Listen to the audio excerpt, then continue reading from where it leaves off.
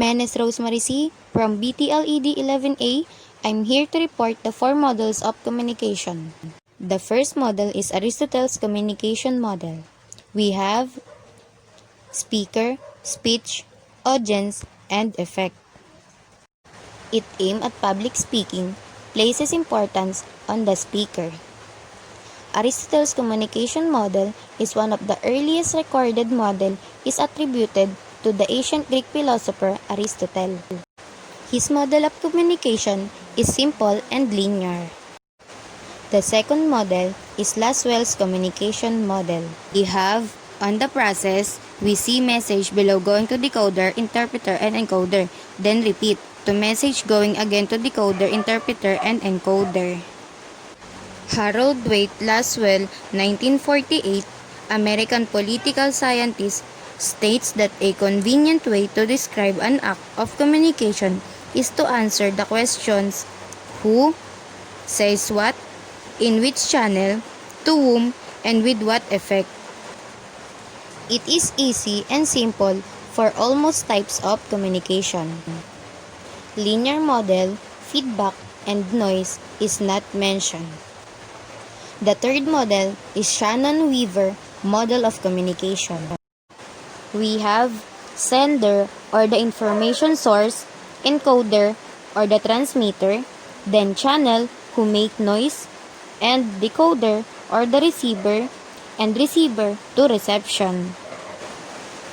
It was named after its proponent Claude Elwood Shannon, an applied mathematician, and Warren Weaver, an industrial engineer. They both work at Bell Mobile Phone Laboratories in the United States.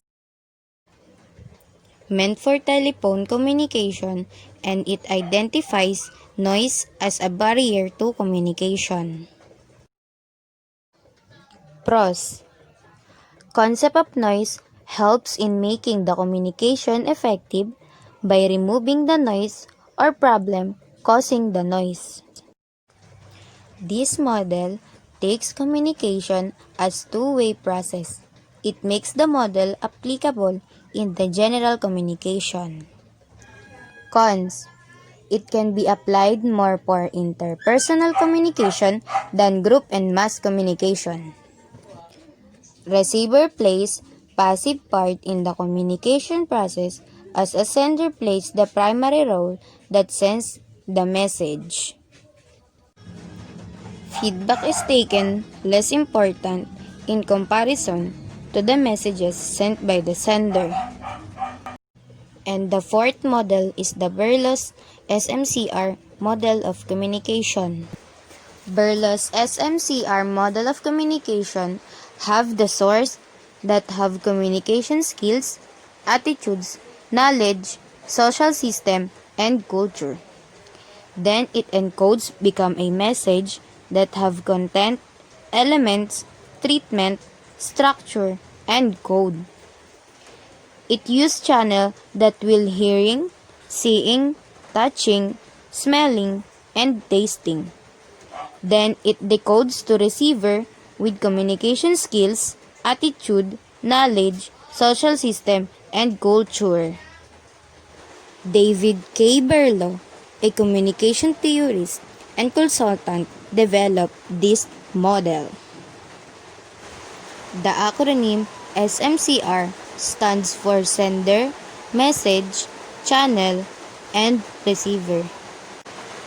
It describes the different components that form the basic process of communication.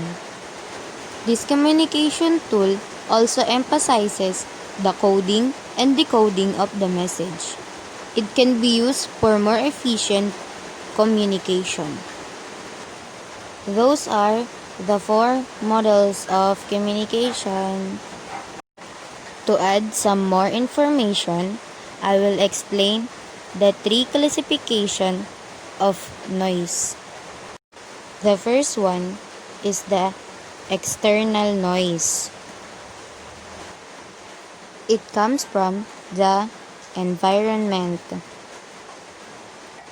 The second one is the internal noise. occurs in the minds of the sender or receiver, thoughts or feeling are focused on something else. And the third one is semantic noise. It caused by the people's emotional reaction to words. And that's all.